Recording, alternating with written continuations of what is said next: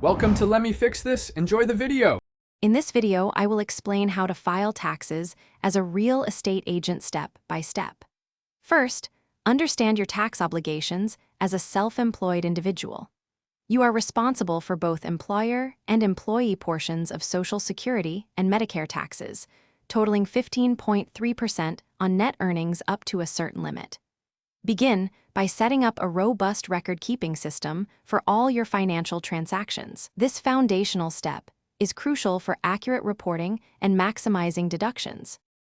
Next, accurately report all your gross commission income on Schedule C, profit or loss from business.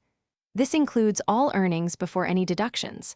Then, meticulously track and categorize all your deductible business expenses. Common deductions include advertising, professional development, office supplies, and vehicle mileage.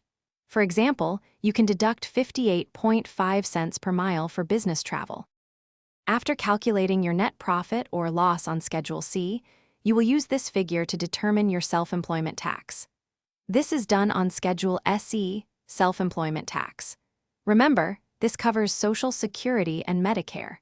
Additionally, you may be able to deduct 100% of your health insurance premiums if you are self-employed and not eligible for an employer-sponsored plan.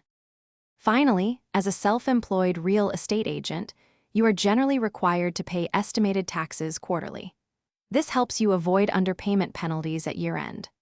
A good rule of thumb is to set aside 25 to 35% of your gross income for taxes. Consider consulting a qualified tax professional to ensure compliance and optimize your tax strategy for your unique situation. Thanks for watching. If you found this helpful, don't forget to like and subscribe.